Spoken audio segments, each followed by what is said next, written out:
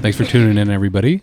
We have a guest today, whereas instead of just the four of us drinking beer and bullshitting, now we actually have somebody else to talk to. It's still just four of us drinking beer and bullshitting. True. Right. Yeah. True. We're minus D. Sweet D is not present for this one, but instead we have the inimitable Joshua Meadows. Oh, look at that. Hey, I'll wave hi to the camera. Yeah. And the crowd goes wild. We keep talking like we're going to get a soundboard. We need to get a soundboard, you know? I know. It's like, That'd be fun. yeah. That was my. I just pulled out my NPR voice. Oh yeah, good times. That's What website was it back in the day that was like random soundboards? Like there was my favorite Samuel L. Jackson soundboard. Oh yeah. What site was that? I don't remember. I just remember laughing my ass off because someone just was making. Someone I worked with at the time kept calling people he knew and just using an Arnold Schwarzenegger soundboard to talk to them on the phone, and I was losing it. It was great.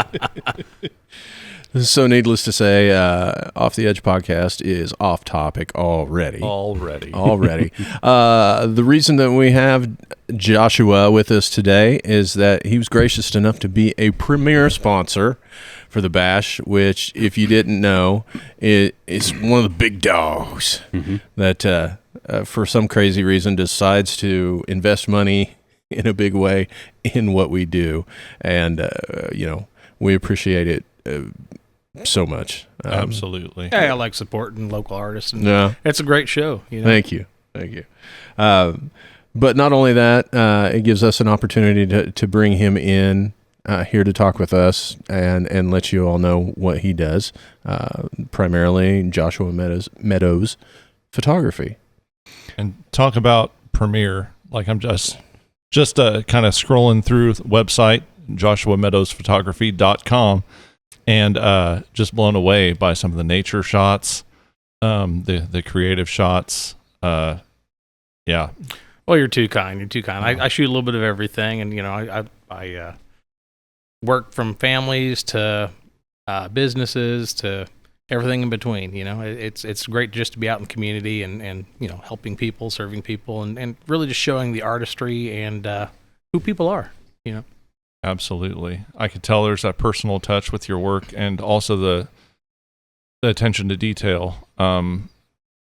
And I could tell you just really put your creative spirit into it. I don't know how to, I'm not technically Matt will be able to talk with you on more of the technical side of that, but just some of the anachronistic shots in your creative section. There's the beautiful model. I don't know who it is, but in like kind of 1920s Art Deco kind of setting.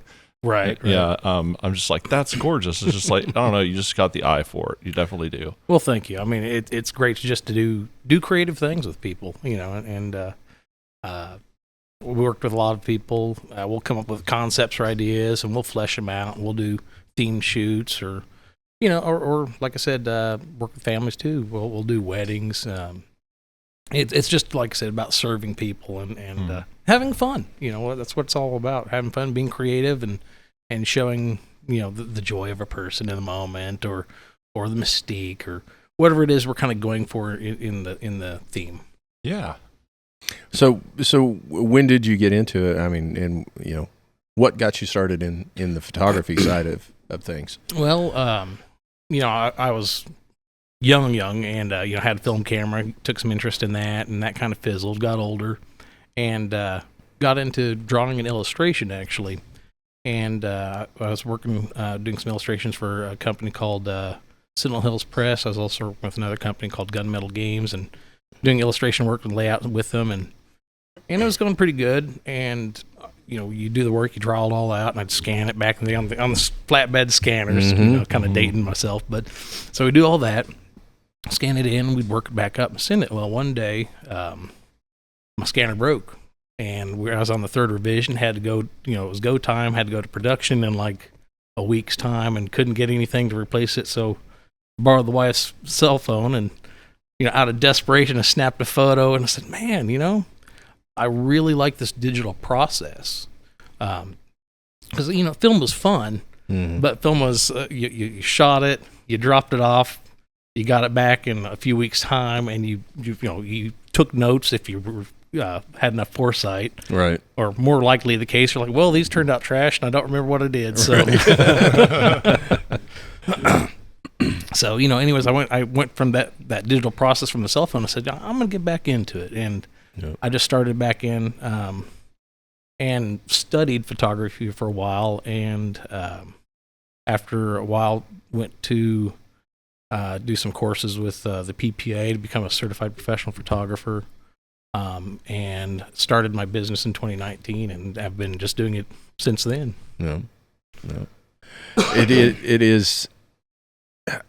It is interesting being in like the generation the three of us are. He's post film for the most part, and just seeing how things have changed, because like I did a lot of black and white photography in college and got into the developing process, and then out of community college, when I moved over to Pittsburgh, I worked over at Miller's Professional Imaging, and of course they did all they did black and white too, but they did the color film, and basically that's where all the professional photographers sent their stuff, and just to see all those aspects of that industry. And at that time, everything was starting to shift to digital, and that's actually where I got into working with Adobe Photoshop. I mean, it was like version 2, and it's radical. I mean, it's radical, like where we are with music and the tools that we have, and just people being able to do like a podcast here, or having this camera just boom, it's because it fits in fits in your pocket, but still it records 360 degrees. It's just mind-blowing. It's just amazing the differences between the analog, which has its own flavor, its own vibe, but digital really opens up the creativity and the spontaneity if you want to grab hold of it and utilize it. It removes the roadblocks, yes, that stop a lot of people from doing it, and that's all across all the art forms, I think, except maybe for writing. Of course, there's AI that's that's such a mixed bag. Yeah. Oh yeah. Oh yeah. I mean, hey, I have a story idea. Write it. I mean, I don't know.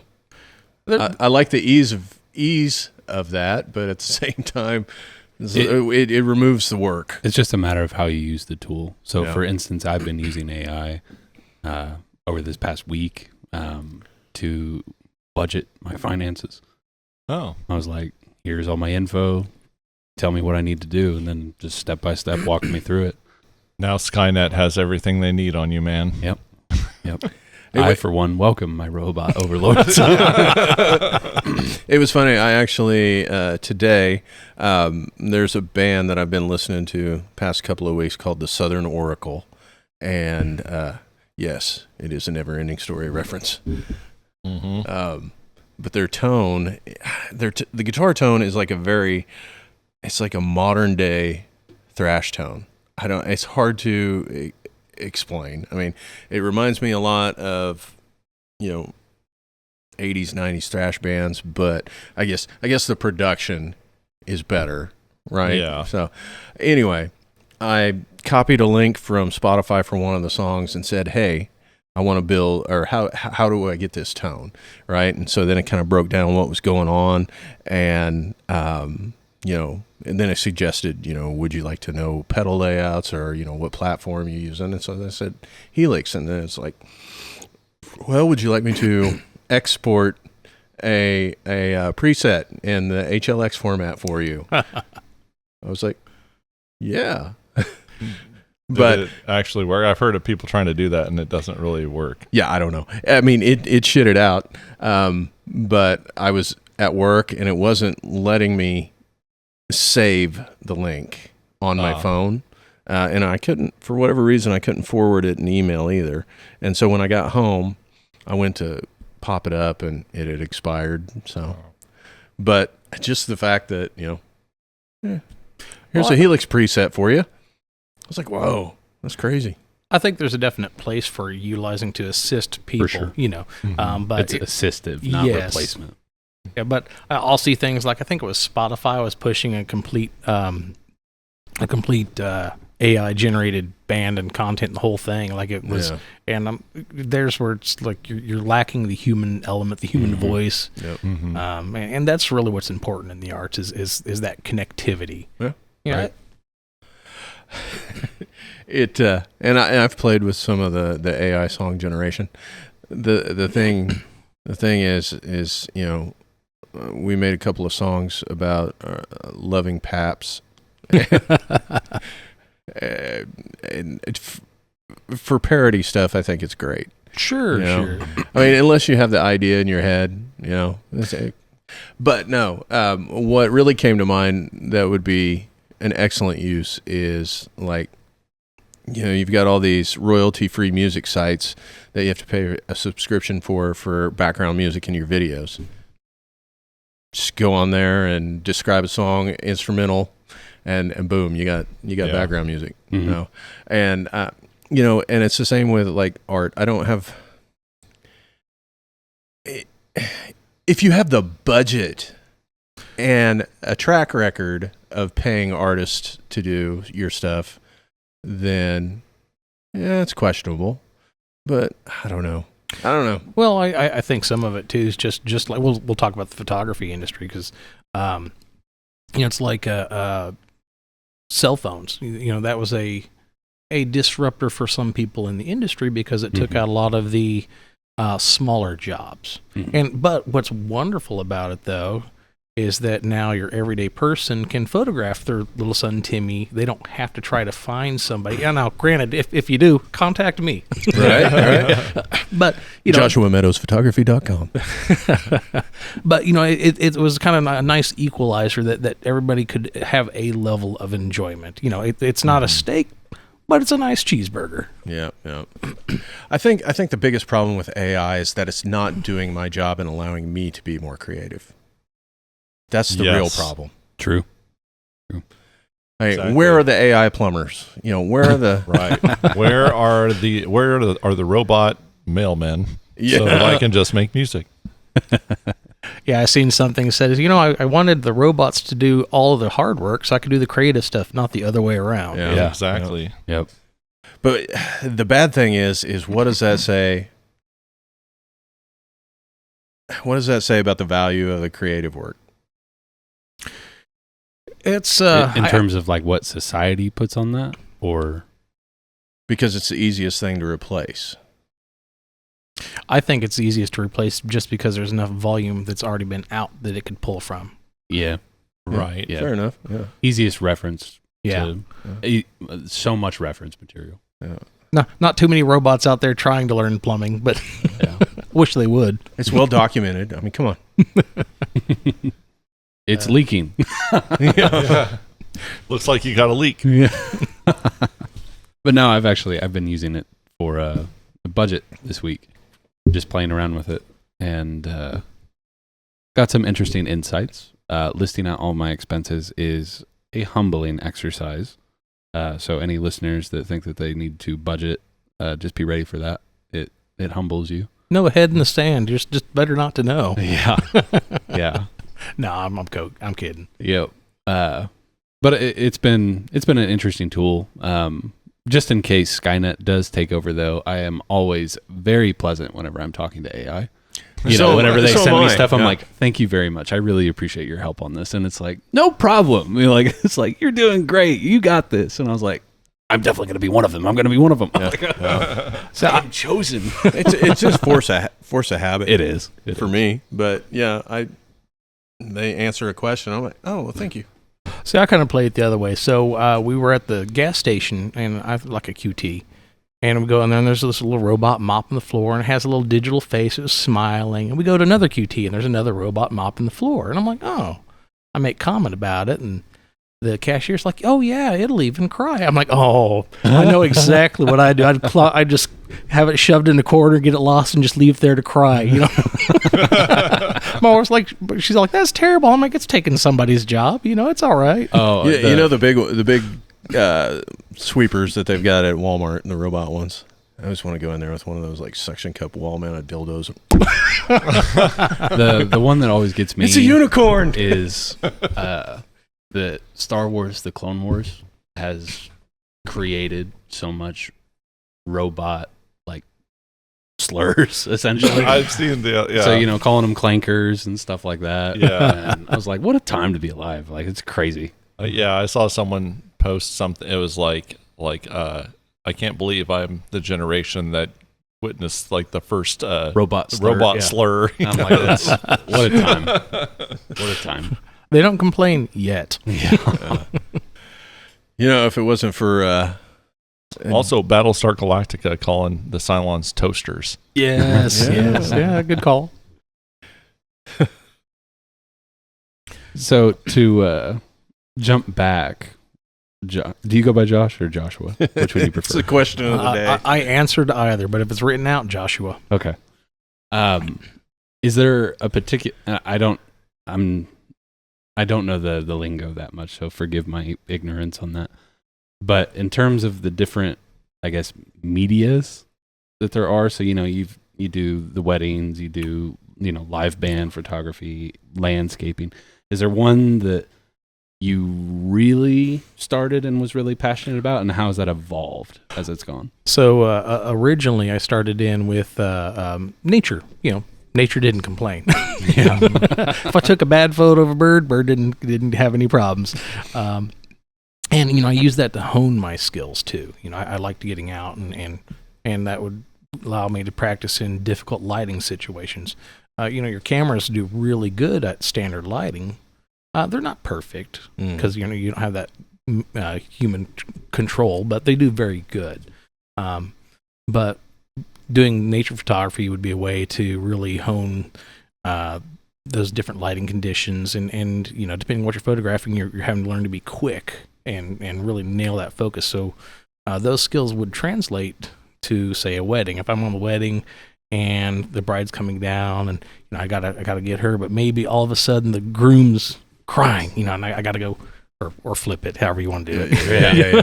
Yeah. But you want to get both those moments, but those moments are fleeting, so you have to be quick on your feet to get them, and not only get them but frame them well, and be observant of what's behind them.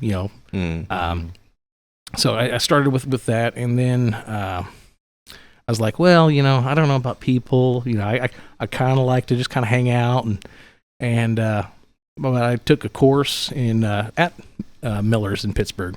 Okay. They had a 1-day seminar on photographing people and lighting, and I said, by the director was Don Runyon. He excellent guy. He passed a number of years ago. Anyways, so I go in there and I'm like, well, I'll give this all a go. And I was lost on some of the lighting, but I got the bug. Hey, I really did like working with people and kind of direct them and pose them. And the first few, you like anything, you start off, you're mid at best. I'd like to be like, oh, I was great, but nobody's great starting out the gate at anything. But anyways, I did that, took it home. My poor kids.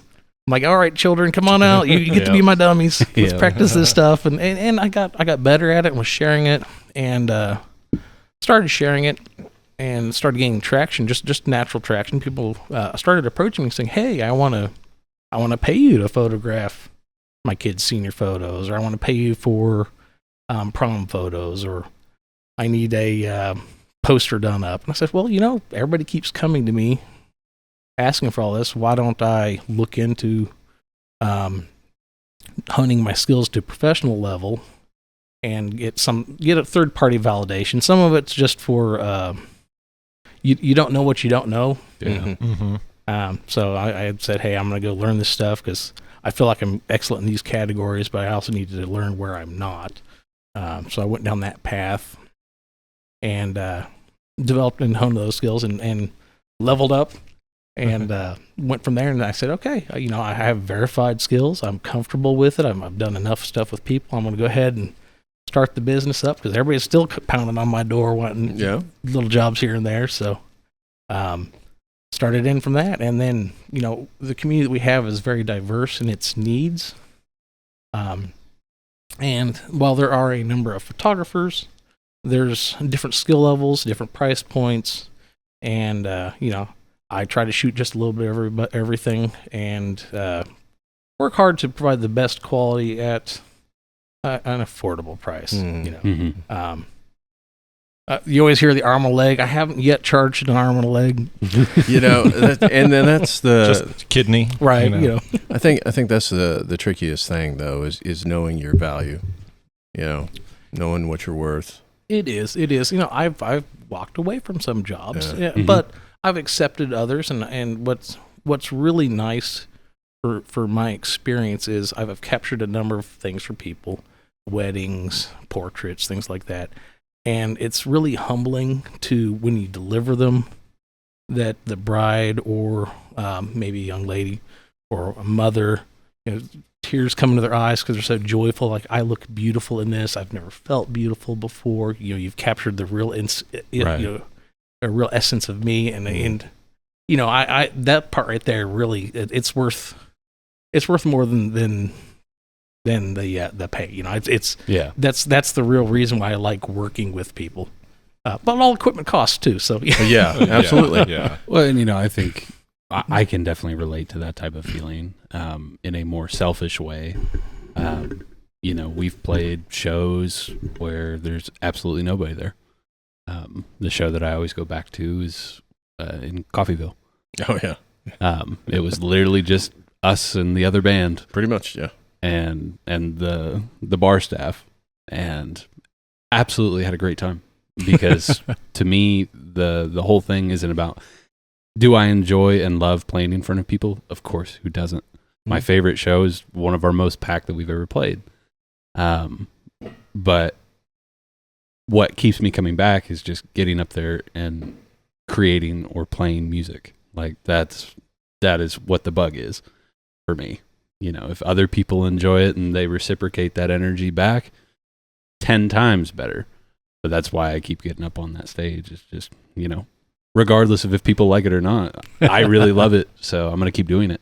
Well, I think any person that's in any art, has to have a personal drive that they love what they're doing. Right. Mm-hmm. Yeah. If you don't, if you're just in it for the money, you're not going to be in it for long. Right. Yeah. You might as well just be prompting AI to do it, and because it's not going to have the soul. I mean, it's like looking through your photography. It's like I can tell you're putting yourself into it. Yeah. Not literally yourself into the photos, but you're putting your creativity. I don't know. If you look closely. Photoshop myself in the background. Right. He's in the bushes. He's a predator. If you listen close, whatever that. Come on, anytime. Yeah. Oh yeah. But no, I equate a lot to that. I mean, if you don't have the drive, then why create to begin with? Yeah. But going back to what you're saying about capturing moments, for years, I've gotten kind of lax about doing it, except for like big events at the Bash and stuff like that. But for years, I'd set up a camera or multiple cameras, capture video of us. And if I'm capturing us, I got a big enough memory card, I'm going to capture everybody that's playing. And the thing that grabs me is the artists that we've played with that we've lost. And here is this captured this moment before they pass away. And it's like, that's, you go back and watch it like, shit. Yeah, it's humbling. We played hottest frickin' show we've ever played. That wasn't outside. I guess that was last year. But it was Blackthorn. First time we played Blackthorn in Joplin. Yeah. That was hot. That was so hot. There was a singer for the Coventry Sacrifice at the time that was just there to watch. And he and Jack Barney from Elder Earth were goofing off, dancing, and they just happened to be in front of the camera. And it was like, I don't know, a month later, he died in a house fire. Oh, man. And I was like, wow. But I captured that, so I share that. And Yeah. it's just... It's really brings out the gratitude that you got to spend that time with those people, and you have that memory. And right there. For me, it was like, well, I don't have any connection here, but so many people do, and it's like, this was the guy you remembered, and they're like, oh yeah, that's exactly the way he was, just stuff like that. Well, I equate a lot of that to something I've talked about in the past, that I'm extremely grateful to do the band and the podcast with my dad, just because, when all's said and done, all the time's passed, etc., hopefully I still have plenty more years with you, hoping. That's the plan. That's the plan. That's the plan. But I can always go back and I can listen to, one, us playing shows together, and then two, just hours upon hours of conversations between Dad and whoever, myself, and then whoever else is here. Yeah. Most of the time, him pissing me off, but but that's my dad. You oversharing.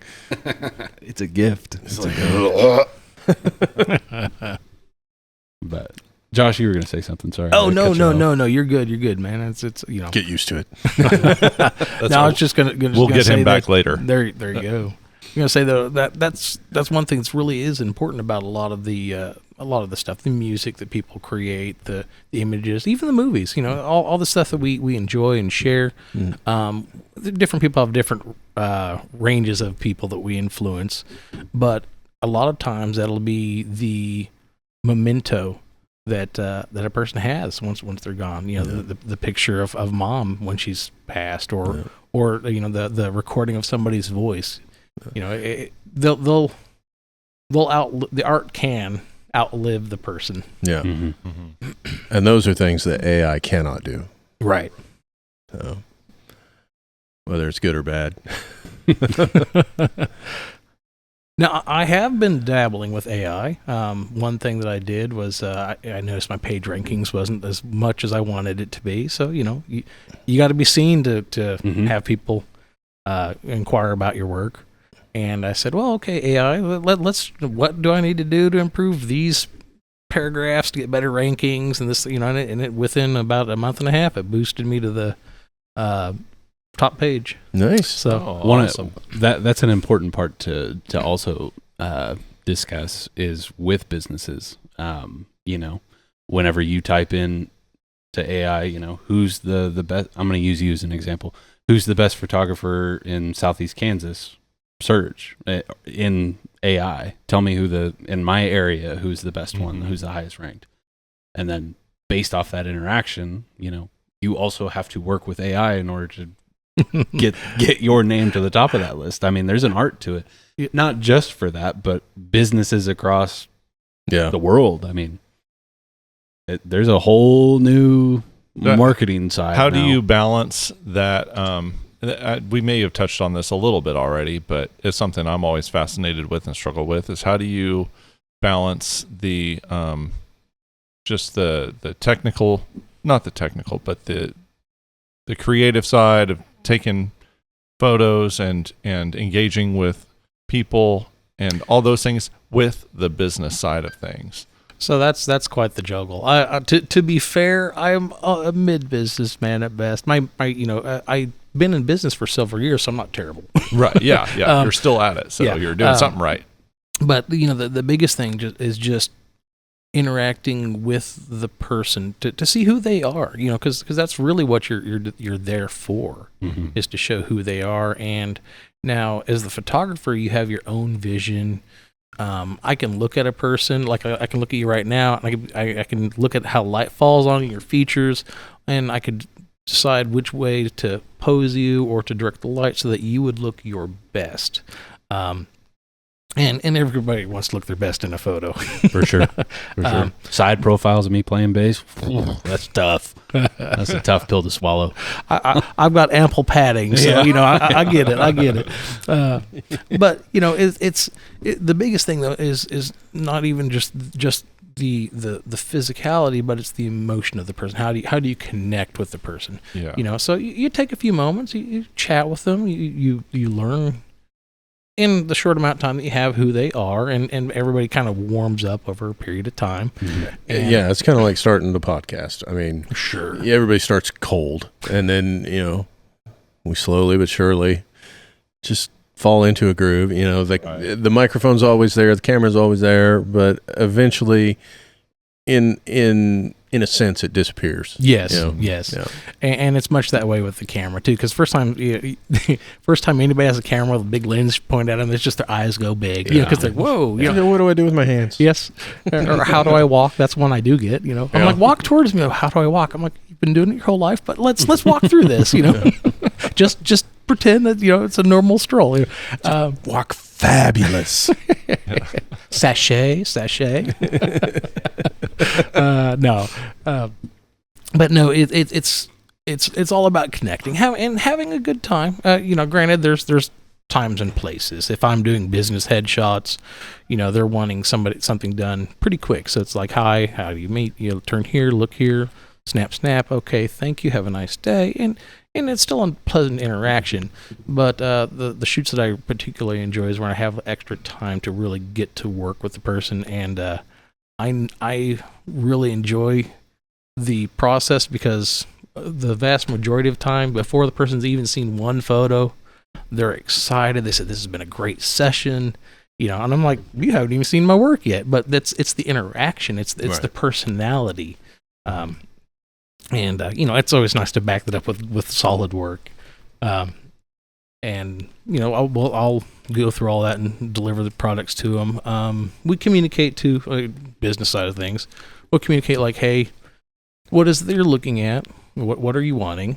Because if you're wanting a huge banner, we're going to do something different than if you're wanting a series of wall portraits or art pieces. So, we communicate some of that in advance.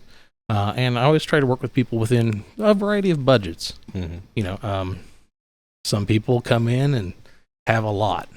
And, I'm happy for those jobs because it's great because it opens up my creativity.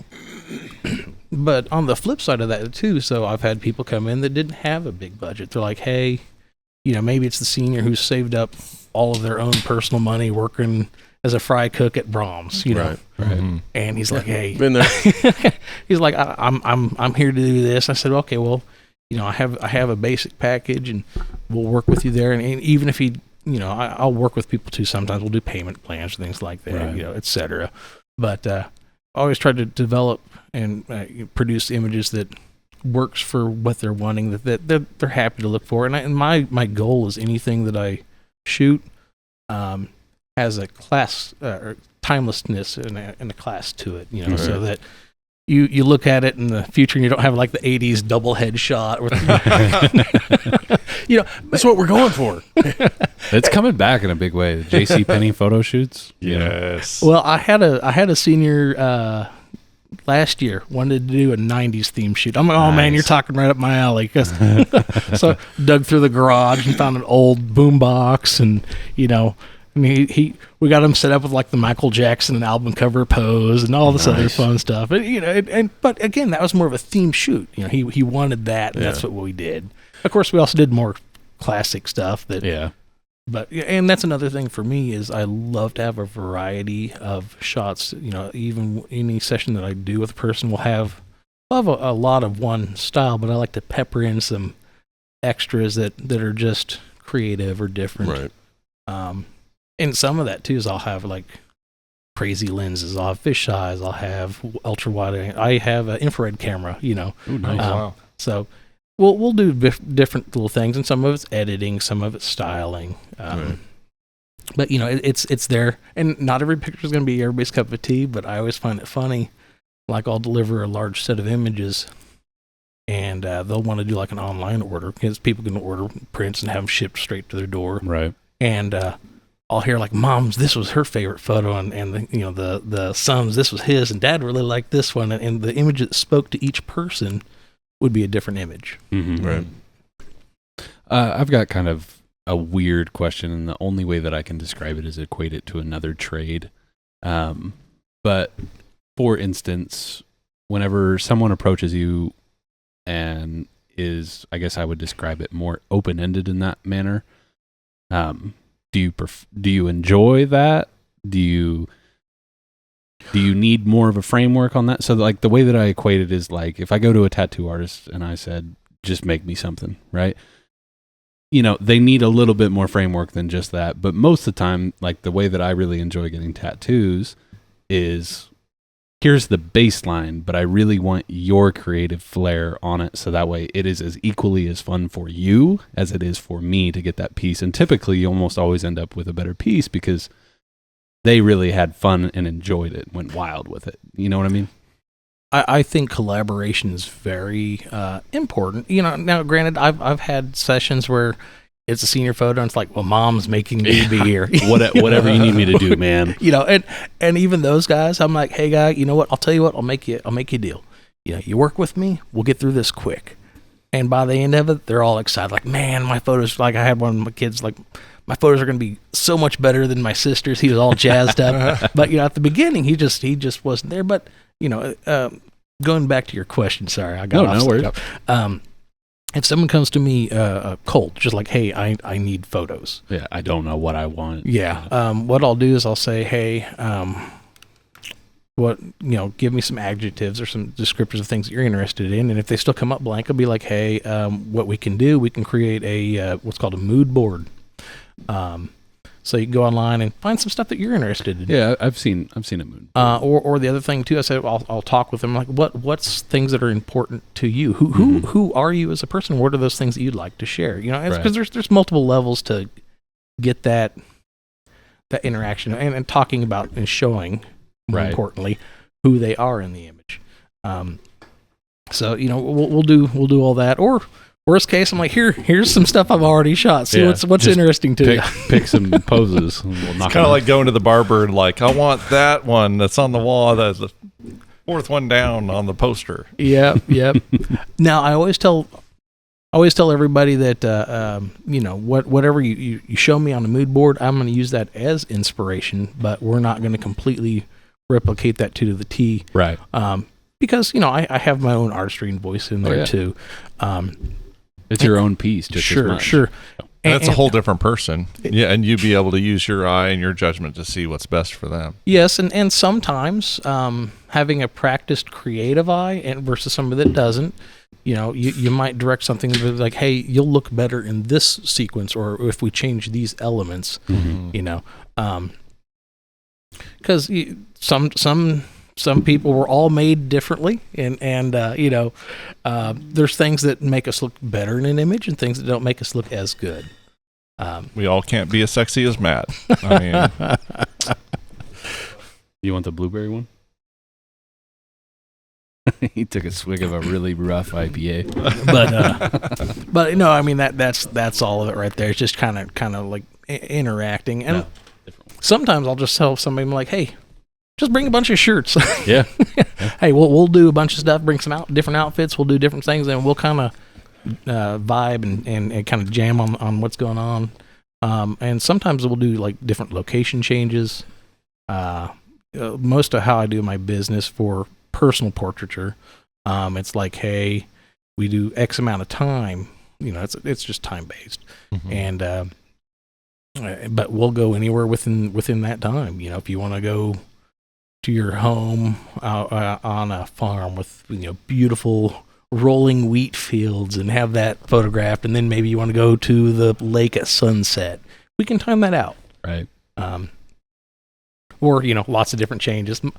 Some of the lady clientele I have like to have lots of different dresses, so they'll have a very formal dress. They'll have a dress that shows more of their figure, or they'll have something just fun. I've done some crazy shoots.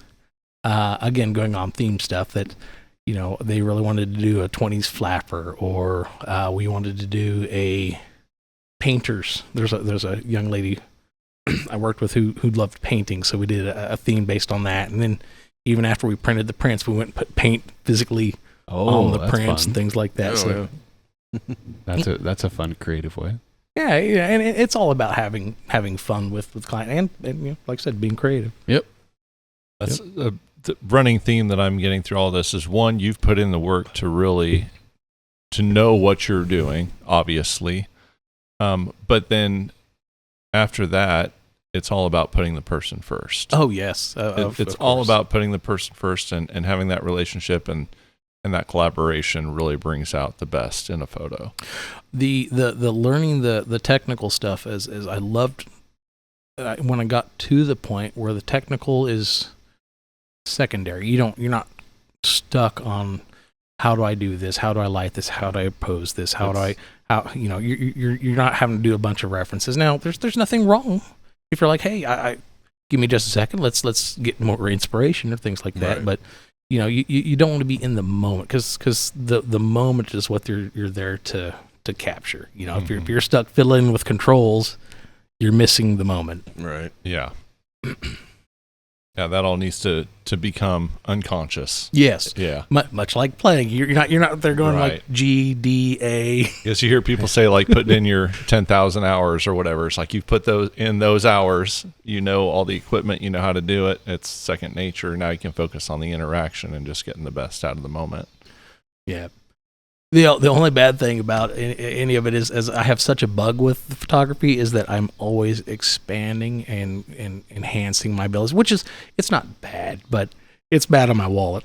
Yeah. Yeah. Oh, I feel that pain for sure. Musicianship the exact same way. Gear acquisition syndrome. Yep. No, we all have gas here. Yeah. I have it probably the worst because I do video too. Yeah. I don't know. I think it's debatable because You do Pabst. Yeah. So everybody's got their own niche, and unfortunately, I've just let mine In video games. Yeah. really run rampant. Yeah. Warhammer, Oh yeah. Oh, do you the video games or like the pushing the miniatures around? both. Okay. Both. The miniatures is really like where it really got crazy. Tyranids, Space Marines stuff. I'll nerd out just a little bit. World Eaters. Okay. All right. So, Good. Yep. Blood for the Blood God. So, skull for the Skull Throne.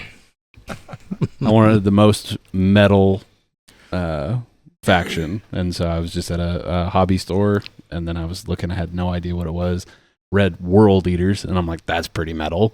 Yeah. Looked at the cover. It's all crimson and brass armor, and a lot of guys just got like giant axes and blood, and I'm like, yep, I've decided. And then I discovered that they were the meme faction of Blood for the Blood God, and I said, all right, I knew I picked the right one. That's funny. That's so Quentin. So I've expanded into Chaos Demons as well, just as a little bit of a fun, like, good synergy army, but then still having the flexibility to play a whole different army if I wanted to.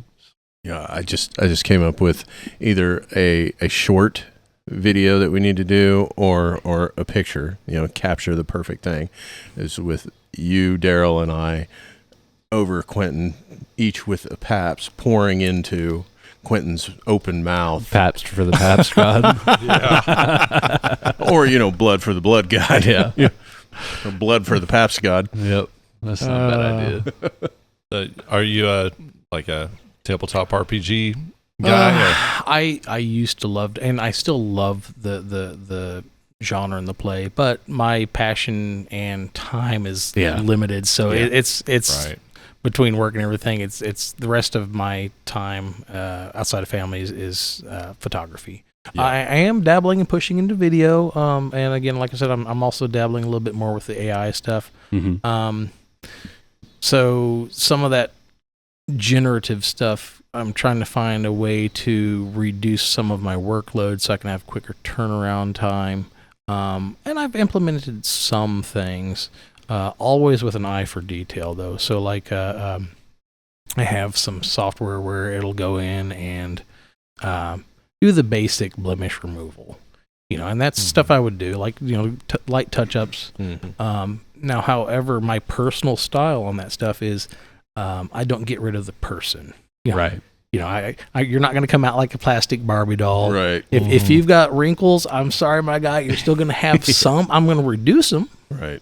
but I'm not going to eliminate them. If you got a scar, unless you're just very adamant. Right. Right. If you follow up, hey, I do not want this. Yeah. And at that point in time, I'm just I'll honor that request. Right.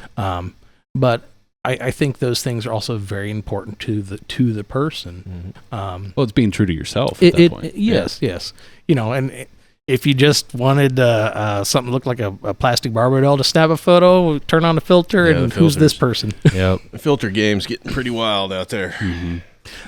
So my next follow-up question is, okay, so what army was? So Tyranids was Okay, Tyranids okay. because I as a kid I absolutely fell in love with the movie Aliens. Oh yeah. When I was young, my childhood TV shows wasn't oh heck, I don't even know what kids watch anymore. But it wasn't SpongeBob. Right. And I like SpongeBob. But anyways, it was I'd watch Aliens and The Thing and a lot of horror films Oh, and yeah. science fiction. Kids' toys even at that time. You could buy yourself a little Terminator or Aliens action figure. So I just think it was such a crazy time because that stuff was promoted to children.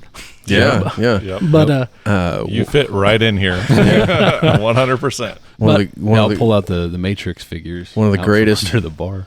greatest toys I ever had and destroyed and lost, and it breaks my heart every time, is from the first movie Alien. They released a figure.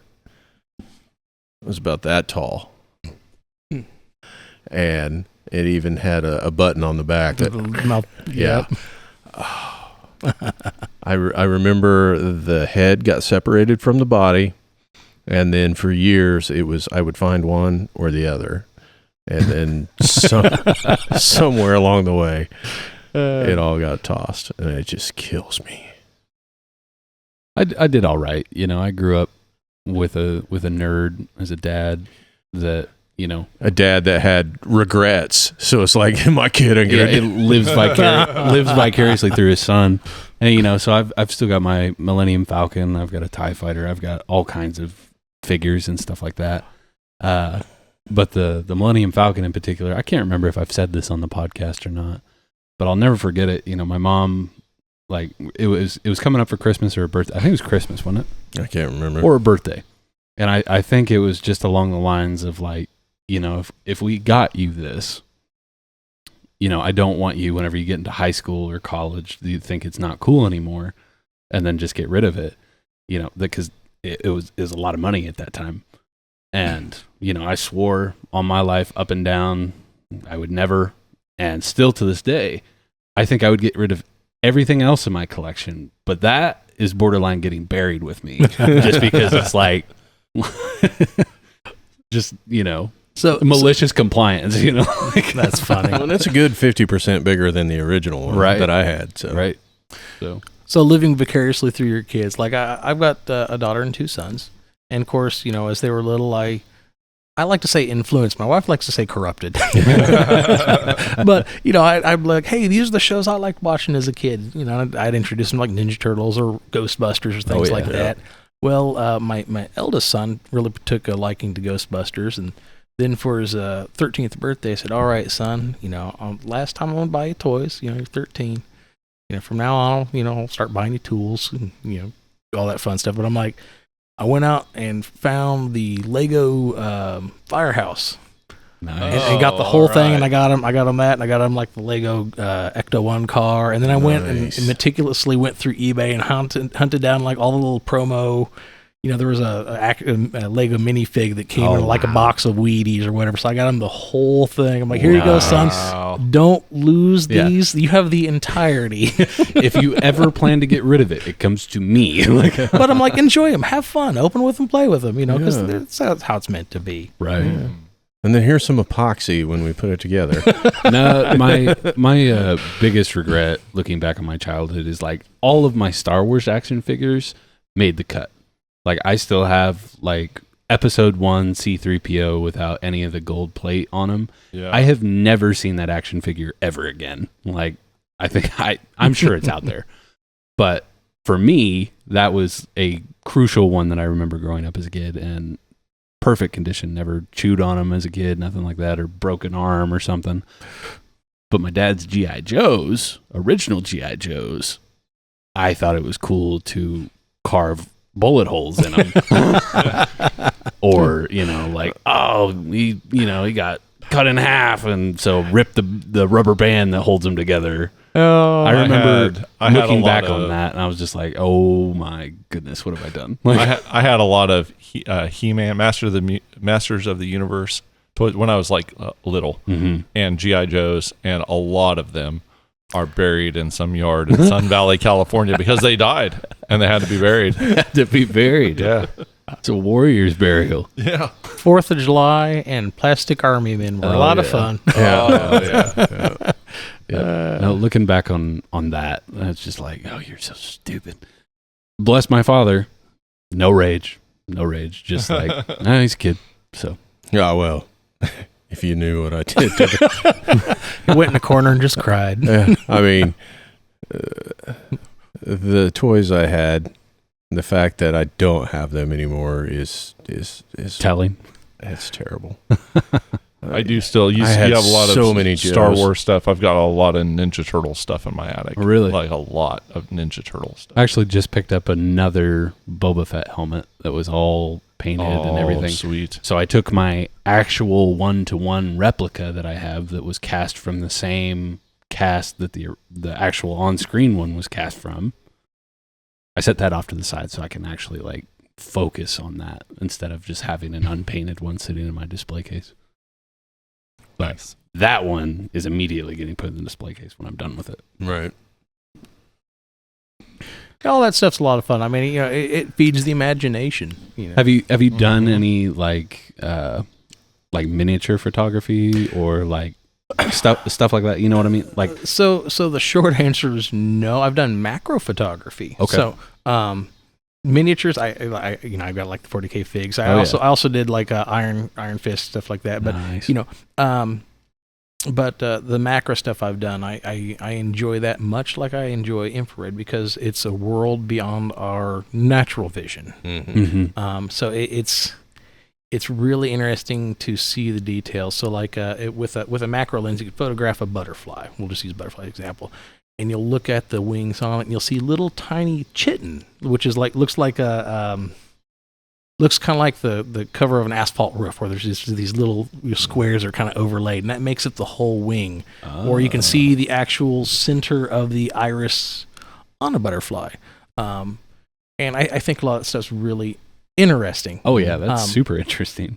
And even on some of that stuff too, you have a practicality with it too. So I've taken some of those images and I took the macro image of like one of the images I've done. I took a macro image of a butterfly, and then I took some time and meshed it onto a painted backdrop, which I digitally painted, and combined the two to create an art piece that was both natural but also kind of surreal. Mm-hmm. And That's neat. it's a wonderful combination, and people will see. It's interesting because it's something you don't see every day. Right. Yeah. I like the aspect. Is that considered like combining medias? Yes. There's different people that I've worked with that they'll do mixed media. Okay, yeah, that's what I'm combining thinking. media, mixed media. Like I'll do digital painting. And I like digital painting. For one, there's no mess, and two, there's an undo button. Yeah, Right. yeah. Right. I've done traditional painting too, but the others, it's convenient. And we're going back to technology. That technology enables me to do it. Sit down for 10, 15 minutes, and I can do the bottom layout out. And but anyways, for images, so a lot of my really creative stuff, there'll be multiple layers with it. There'll be a photo layer. There'll be something where I'll do maybe a little bit of touch-ups. There'll be like creative layers. Maybe I'll paint some details in or out, but the biggest thing for me on a lot of that stuff, I try to get it all as much as I can in camera. Mhm. Right. Because I've got a picture of a little girl in a little fairy outfit, and it was my niece, and a terribly cute kid. And we went and photographed it, and I photoshopped in little fairies floating around. I couldn't find any fairies to buy just floating around for some reason. Right. Go figure. But what I did do, though, is I had a lot of greenery within it naturally within the shot. So when it was lit and shot, the greenery that was there was already there and popped. Yeah. And then I added in some little light flares and things of that nature, little splashes of detail and fun. For sure. That's awesome. Well, you've already professed your love for sci-fi. What is your favorite sci-fi franchise? Probably Aliens, but I like a lot of them. Yeah. Terminator's a good one. One of the ones that sadly didn't get near as enough was Firefly. Love the Firefly TV series. But I watch pretty much everything. I'll watch the Star Treks. I'll watch the Star Wars. I like sci-fi as a whole. As a kid, I'd be reading like Isaac Asimov and devouring written novels that were turned with pages instead of scrolled. So what about it? What about the Alien universe that appeals to you the most? I think a lot of it, particularly the first two films. Which one's your favorite of the two? Oh, that's a hard one. Yeah. That's a hard one. I think they're. You can't. I don't even think you can put them in the same category. I think they're both equally good, but it's like their two genres are totally different. Two sides of the same coin. Yeah, horror movie, action thriller. Yes. Yep. What I'm amazed with, particularly with the first Alien movies, is how well it holds up because of the practical effects. Yeah. Yes. It's better than a lot of modern horror films. But some of it, nostalgia for me. For sure. I first time I watched it was with my grandfather. My parents did not know at the time I was watching any horror films. My grandfather was like, "Hey, grandson, sit down. We're gonna watch all these flicks." And I ate them up. I loved it. The being scared, the suspense, and the otherness. And I suppose you could read some of that into it too, because it's the things you don't see all the time. I was going to bring that up. It's kind of like the apophatic view of it's like what isn't there is more important sometimes, or really brings that sense. I think that one of the biggest things that the Alien franchise appeals to me is the realism, the everyday working man, the space truckers. Yeah, exactly. The blue collar in space. Yes.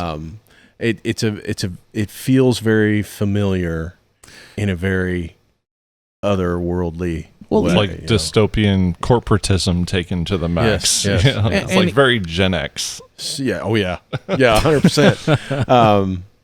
So are we all excited for Alien Earth? Yes. My God. I will say I love the Aliens franchise. I love the Predator franchise. The Aliens versus Predator franchise, it's kind of mid for me. Oh, it's mid for sure, but it's a beautiful mid. It's still fun to watch. It's still fun to watch. Like whenever you go in knowing that it's not gonna like knock your socks off and it's mid the whole time, I have a great time every time I watch that. And to be fair, I'm talking mid, but I also like watching the old rubber suit monster movies. Oh yeah. No, I'm going to switch gears, but just since we're on movies and what I would consider a very mid movie, anybody watch Happy Gilmore 2? You're the second one that's told me that. That's a little heartbreaking. I brought it up at work, and everyone was, "Oh, it was amazing! I loved it." And I was like, "Oh, like maybe this is not a safe space." I was like, "Oh, I did not feel the same, but maybe I'm just missing something." I'm trying to figure out if I'm crazy. Basically, I doubt it. No, I'm you're the hit or second miss person. with Sandler anyway. I mean, some are good, some aren't. You're the second person that's told me that, so that's a little concerning. What about Beetlejuice 2? I actually really enjoyed it. I enjoyed it. I went in with no expectations, just because I was just happy to see it. Yeah. It was good. I thought it was a lot of fun. Yeah, it was fun. Mm-hmm. It was fun. I think one of a big Star Wars boy here, but I've come to the realization, jumping back to Aliens, the Alien, is that's my favorite sci-fi franchise. And I do love Terminator, and I do love Predator, but even including Star Wars, even the not so hot Alien movies are still good movies. Mm-hmm. They are. Yes. We always talk about the Star Wars sequel trilogy, and we're done talking about it. And then you hop over to the Predator franchise, and the Predator was terrible. It was just terrible. So, based on those merits, Alien wins. Well, one thing I can think of too that really put Aliens different at the time is all science fiction films were this gleaming, bright future, clean and Right. super efficient, and this is dirty, grimy, and I'm like, this is the more accurate. Oh, for sure. That was something that, like, in the same kind of way, like Star Wars back when I was a little kid, I was like, oh, like things are breaking and falling apart, and they're always having to fix this ship, and it's like they're sticking things together with bubble gum. I was like, wow, all right, this is a different kind of vision of the future. I think Even though it's funny. More fantasy. It's funny. I know, we all root for the dirty guys, right? Because the Empire was clean, efficient. Mm-hmm. I don't know. I lost buddies on the Death Star. Pour one out. I think one of the other important factors too is the dialogue from Ripley in that movie is iconic because it's so accurate, right? So whenever they're doing the whole corpo, like, do you have any idea how much this base is worth? And they're like, they can bill me, right? That is the realest answer anyone in that situation could possibly give. It's just like, I really don't care. Like, we're gonna do it. And and as much as I love the Predator, there honestly has never been a better creature design than the Xenomorph. True. It's the perfect organism. It is a perfect organism. Oh wow, yeah. So, how'd you feel about Romulus? I liked it. Yeah. It was first of all, it was nice to see something new. Right. Mm-hmm. One thing I thought was interesting, the guy at the end of the movie, the alien, the big reveal, and I'm looking at it going, man, that looks kind of CGI to me. I was dead wrong. Oh yeah, because I was looking at the this is acting debut. Yeah, I was looking. I'm like, those portions are strange, and well, that's got to be. Or your CGI, and then nope, 100% real. So humbled. I will never forget that scene where you fully see him standing like that, like, because I don't jump, but like it got sent chills. Oh down yeah, my spine. like I'm a grown ass man. I was like, that is terrifying. I was like, I don't even like. It was so good. I also like too on that film though, it had more of the man on the ground kind of feel. Yeah. Yes. These people are stuck in a terrible situation, basically just mining their lives away in a system that's against them, and desperate to evade their circumstances, and it just goes south from there, and they didn't start great. Like I was like, sit down with my wife. I'm like, we're gonna watch this. This is great. You love Alien, We watched about the first 15 minutes. She's like, I can't watch this right now. Like, I'm just not in the right headspace to deal. Like, I didn't want to think about like all the things going on in the world, and this is just like taking that to the max right now. I can't deal. It's like, yeah, but it's awesome. Well, and so we went to see it on IMAX, and one thing I noticed, it really brought the scale and the horror that is space. It brought that back, especially when it's crashing there at the end into the rings, and it's just Yes. One of the things. You guys remember the movie Mission to Mars? Mm-hmm. I remember I've seen the movie, but I don't It's like remember Gary much about the movie. He was the lead character in that. I remember that. Anyway, there's one point where they have to do an EVA, and they're just above Mars, right? And I don't know, man. One of them loses his tether and starts drifting off, and the parallax of the planet spinning in the background with the character, like this big and not move. I don't know. There was something about that shot that just sold the enormity of it all, and just watch it, instant vertigo. And I was, holy shit, I don't ever want to spacewalk ever. Well, I know I'm a good sucker for nice visuals. Yeah. I am one of the people that I like the Blade Runner franchises. I know some people don't care for them because it runs too long for their personal taste. It's dry. It's very slow. It is, but paced. there's some sequences and some visual pans, things like that. I just fall in love with. The cinematography gorgeous. is gorgeous. Now it could be condensed down significantly for storytelling purposes. Yeah. But even the second one that they re-released was very interesting. The social commentary it was getting on, hitting back with AI. Yeah. Oh yeah. Well, Actually, sorry. go ahead. What was the name of the pink holographic lady in Blade Runner? Is it Rachel? 2049? Is it Rachel? I think so. I can't remember. I'm pretty confident because I went through the effort. It's just Anna. What? The actress. Oh, okay. Anna de Armas. But Rachel, I ended up naming one of my AI, like personal AI things as Rachel, and then I think it was on Snapchat because they released their own Natasha little or something. Don't talk about Natasha. But anyway, no, the cinematography is definitely something to appreciate. I think the moral of this story is that Ridley Scott is awesome. Yes. No doubt. Short and long. Sigourney Weaver is badass. Yes. Oh, it's Queen. So. One of the cool things in the original Blade Runner, I tend to watch those YouTube videos like 20 things you didn't know, or what the hell happened and different stuff like that, and like the whole end monologue that Rutger Hauer delivered in the rain and everything during that scene was all improv. That's impressive. Yeah, like Tears in the Rain, and that was all improv. That's awesome. Yeah. He's one of those actors that it's like he's either like just awesome, or then you see him another time and you're just like, what?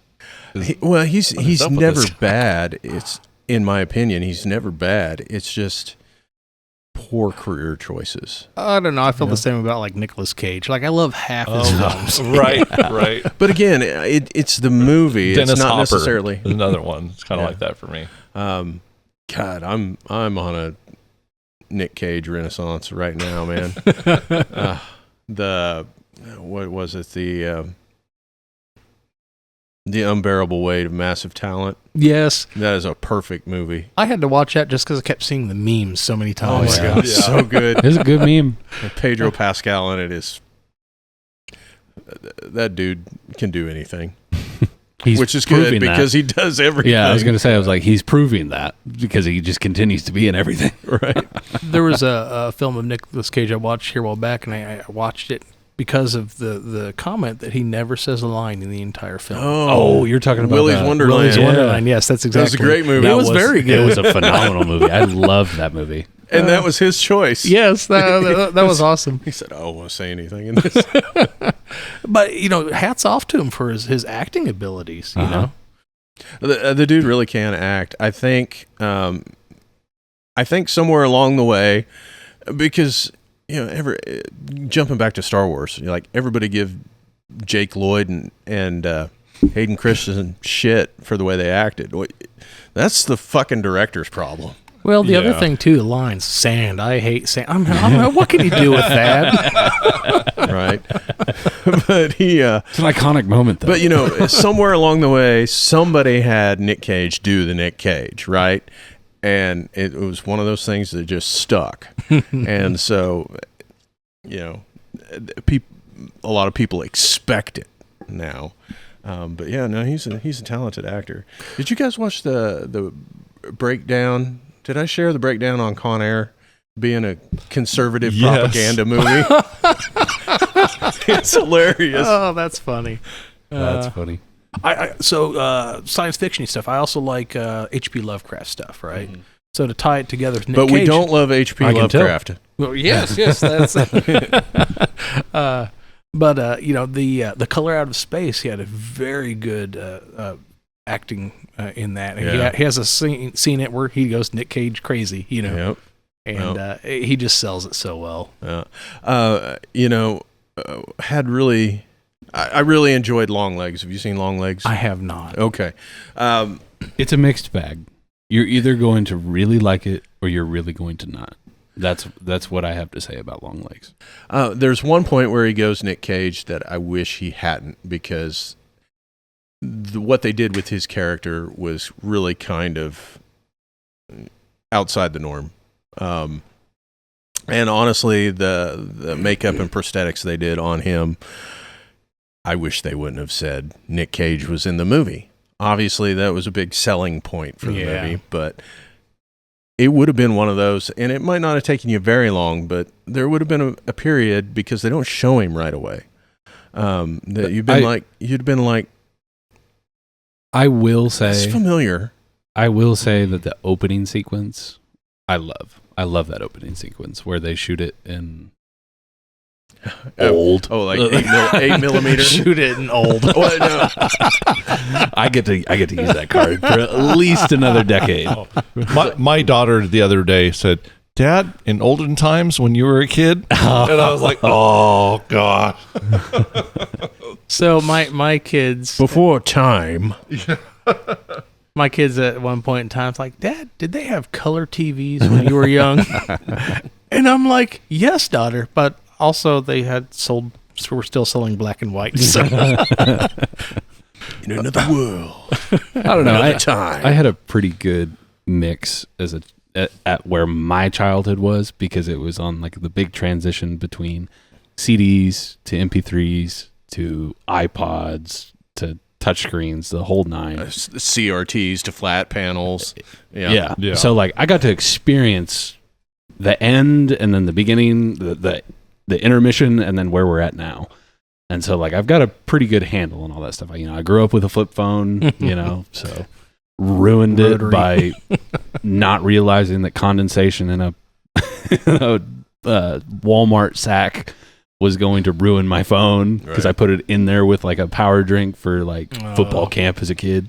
Pulled it out, immediately freaked out, because I was like, I have no idea how I'm going to get home now. My lifeline. Mom and Dad are going to be pissed. But I think to jump back, I think space for me is like my favorite environment for horror movies.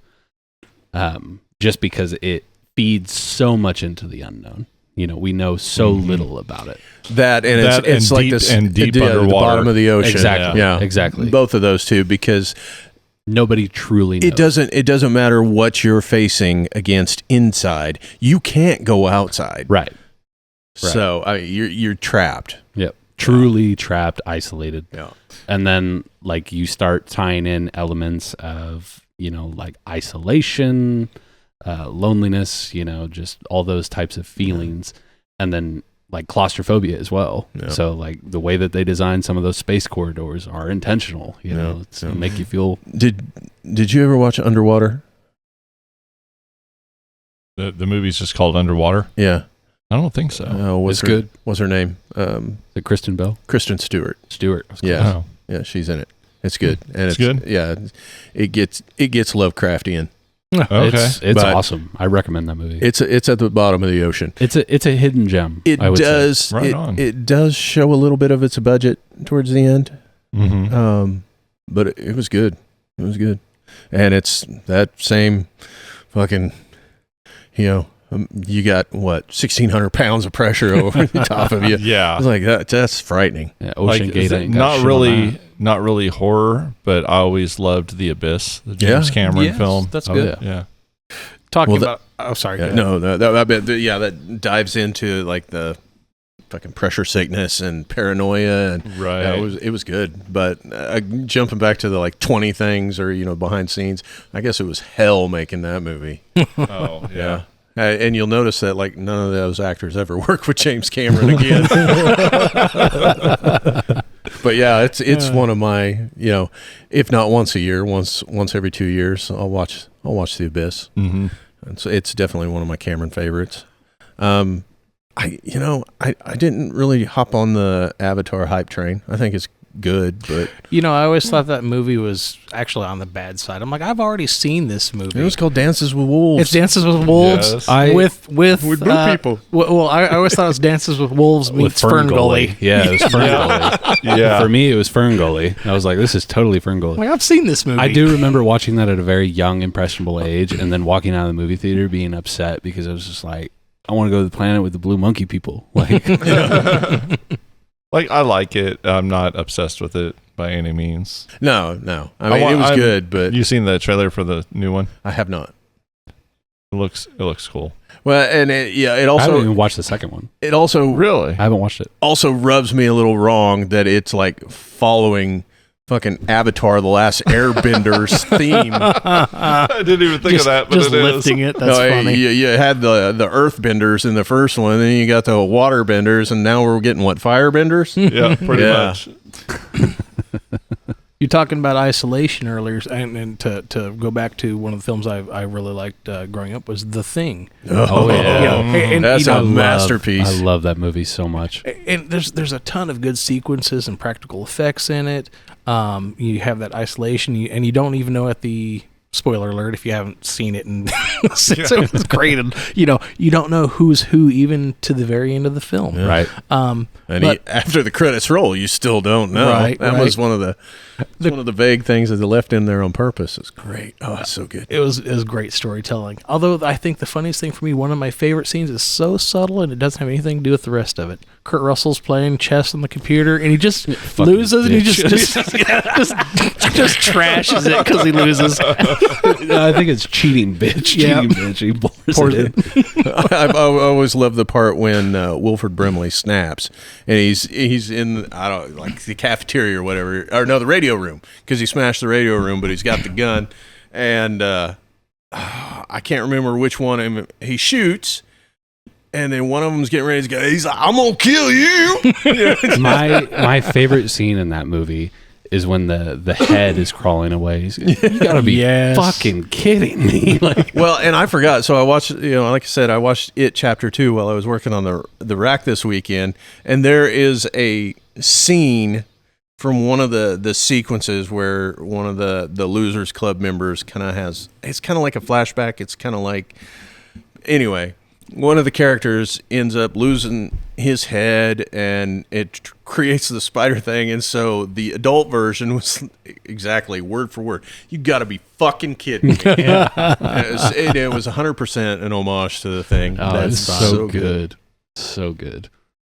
I also like wacky films. I know I've talked about this on the podcast, but like one of my favorite films is Rubber. Have you watched Rubber? I have not heard Rubber. So do you know about Rubber? Do you know what it is? So I don't. There's a film, and I don't know that it's Rubber, but there's a film about a homicidal basketball that's bouncing around and everything. Tire. Yep. That's the Tire. one. Yes, I've not seen it. But Real quick, does anybody need anything from the fridge? I'll pick something. Whatever. Yeah. Okay. No, I absolutely love that movie. Granted, the whole concept is absolutely ridiculous, but the way that I gauge and like really hold it on a pedestal is because they had an idea, they went all in on it, and they did it well, in my opinion. The cinematography's great, and they have like this secondary story that's also going in the background that also makes you super curious of like what's going on in this world. Well, yeah, it's a psychokinetic tire Yeah. that falls in love with a woman. It's incredible. Yeah, it's a love story. I'll have to watch it. Do not go in with like this is going to be a masterpiece. Oh no. But like they have an opening monologue that they hold true absolutely all the way through the whole movie. And they basically just state it's an homage to fuck, I can't remember it. Thank you. I can't remember what is that monologue that he says. I don't know. It's been a long time since I watched it. Anyway, highly recommend you watch it. Well, I mean, a good story sells itself, even with mid. Oh, sorry, I just remembered it. No fucking reason. Is that the title of the Monty film? Python shit right there. He's going on this big monologue in terms of so a car crashes through something similar in terms of why whenever you turn on the water faucet and then the water's hot, no reason. And he just continues to give all these examples of no reason, and then at the end of it, it's just no fucking reason, and that's the homage to the whole movie. No fucking reason. So why does a tire fall in love with a woman? No fucking reason. But you've got all these practical effects with this tire, right? Mm-hmm. So you got it rolling down the road, but then you've got it stopped, and it's like it's watching because it'll turn. Oh, that's fun. And then, of course, think like Chucky. That at some point, he gets lit on fire and he's running around. Same thing with the tire. There's a point where the tire gets lit on fire. Exactly. You're exactly right. Somebody had some wacky idea and just ran with it, and they absolutely stuck to it. That's why I really adore that movie. I know a lot of people how could you say that that's a good movie? How could you say it's not? I'm not saying that it's a masterpiece, but I'm saying that they executed on what they set out to do. So, they had fun the whole time that they made that movie. It's just one of your favorite movies is Turbo Kid. Have you ever watched Turbo Kid? Yep. Nope. No? You're hitting a bunch of movies I'm going to have to go add to my highly list. recommend. Highly recommend. But same thing. Turbo Kid was what, 2011, I think? But had an idea, but 100% 80s, and you can interesting, and you can tell that they and Michael Ironside's in it, and you can tell that they had an it. absolute blast the whole time. So similar to music, similar to photography, just the same as film. If you're having fun in what you're creating, it shows through the product, right? Yeah. And I will hang my hat on that any day. If they had fun making it, I will probably love it. Have fun watching it. Yeah, exactly. Mm-hmm. Yep. So, regardless of how absurd it is. Well, and sometimes the technical restraints create extra creativity. I mean, you got to figure a way around it and improvise, make it fun. Yes. adapt, overcome. I have no budget. What do I do with no budget or low budget? Well, that's like the Terminator, right? The first one had a very low budget, and instead of the day shots where Arnold's pulling up in the station wagon and getting out of the car and different stuff, all these were shot guerrilla, so they didn't get permits, so they didn't have to pay for permits. A whole bunch of the street stuff, and the club and stuff like that. So those aren't extras. I mean, they're extras, but they weren't paid to be there. They were just people that were there. I had no idea. I've got to go back and really appreciate that movie. Then. Yeah. Cameron didn't. He was a nobody at the time. That's incredible. He'd been. I can't remember. I saw it. He was a cinematographer prior to taking over directing. God, I saw what movie it was. I can't remember. Anyway, but hopping over, because we're just going on tangents now, and that's what we do on this podcast. That got me thinking. There was a band in the 90s that I got into called Circle of Dust, and the only other person I know that ever listened to them was Iggy from Elder Earth. and he said, wow, I didn't know anybody else listened to them. Anyway, they used a lot of movie samples, quotes, and stuff like that.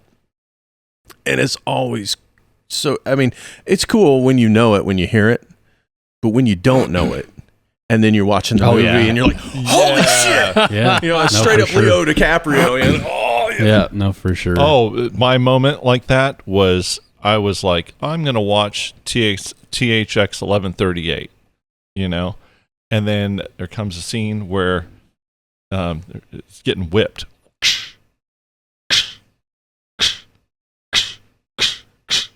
And it's like, Mr. Self-Destruct, oh my God, that's what it is.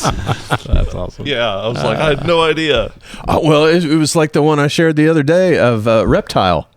That whole intro thing, I always thought it was like the old automatic 35 millimeter cameras, and when it would forward wind, That's what I thought, and it still could be because what they showed was the film that they pulled it from, but it was from Aliens, and it was the fucking the loader. Cargo loader. Yeah. Okay.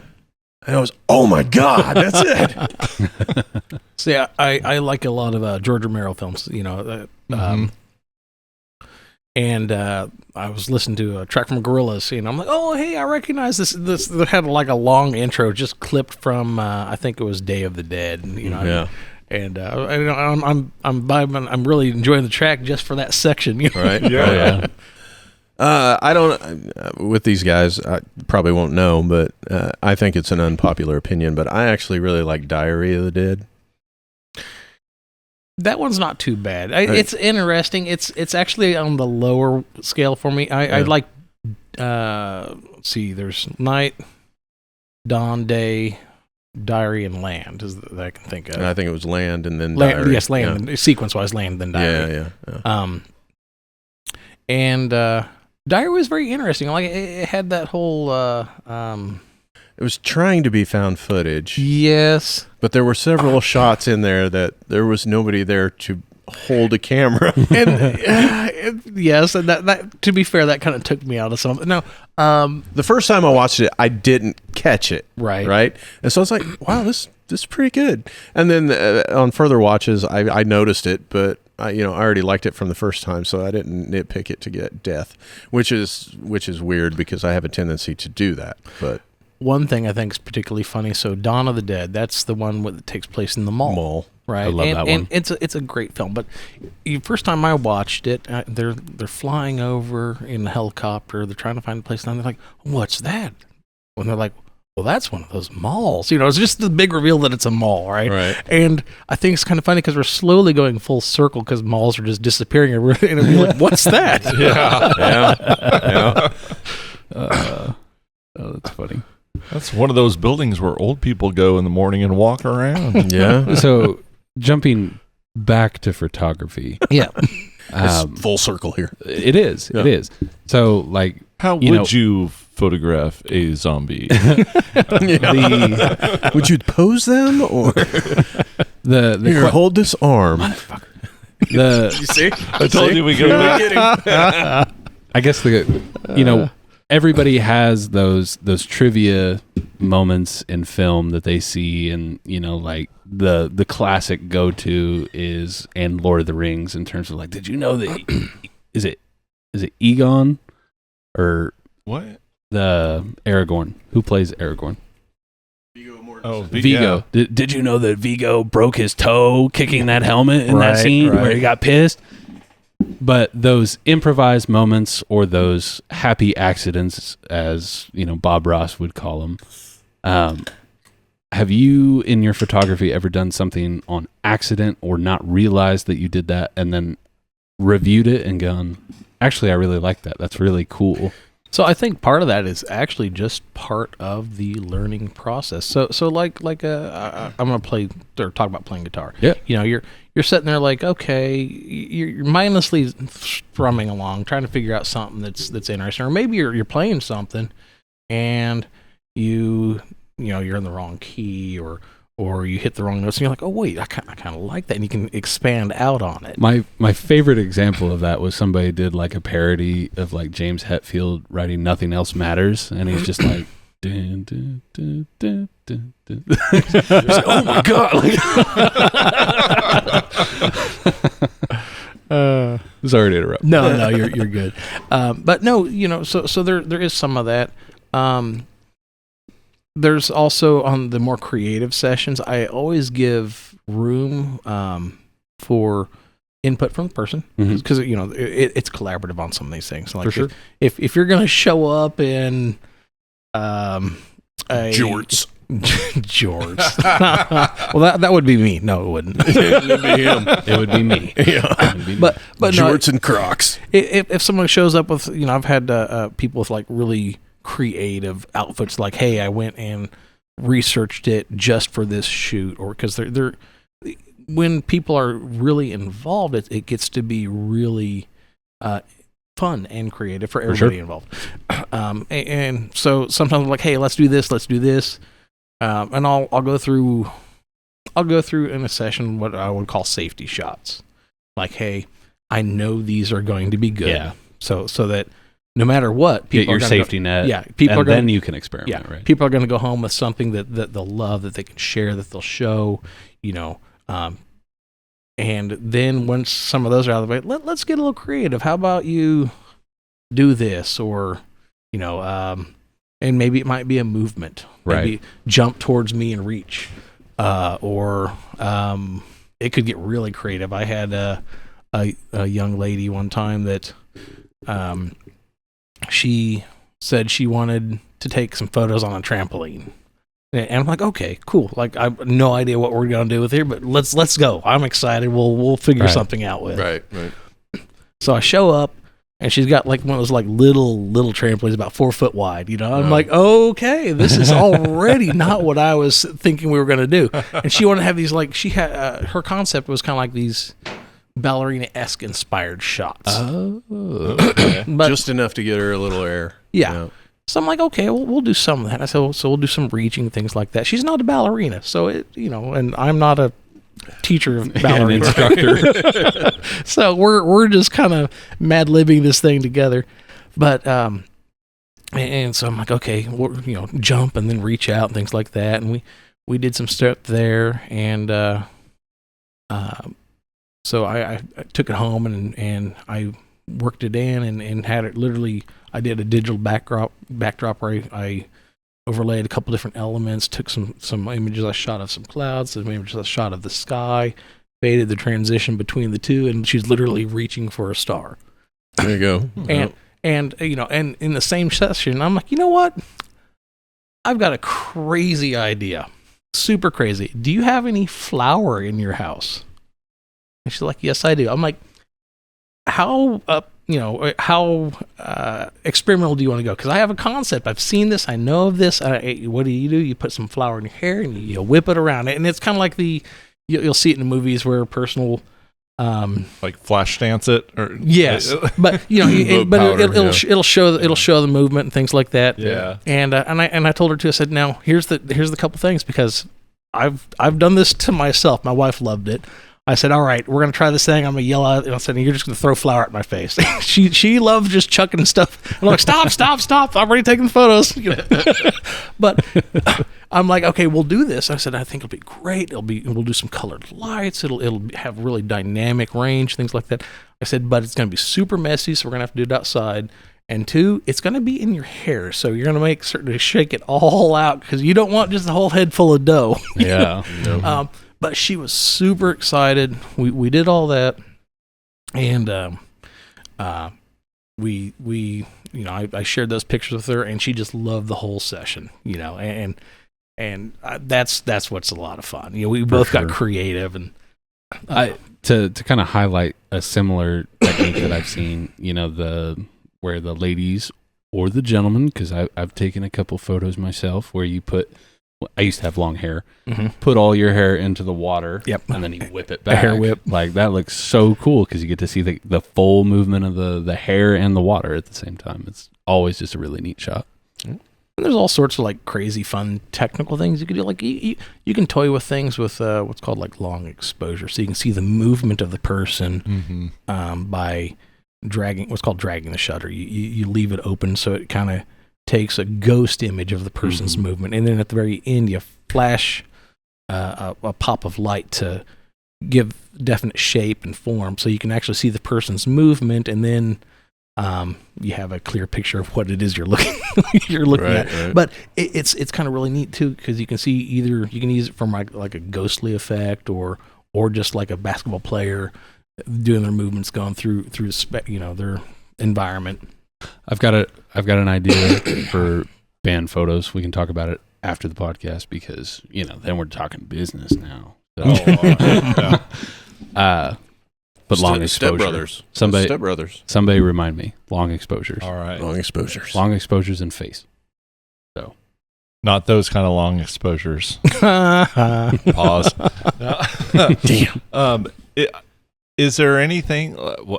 Don't feel like you have to answer this. If you say like, "Nah, I don't want to share this information," feel free to say that. But do you have any like creative ideas? Like, I've got I've got these ideas that I really want to get out. I'm just want to find the right opportunity to do that.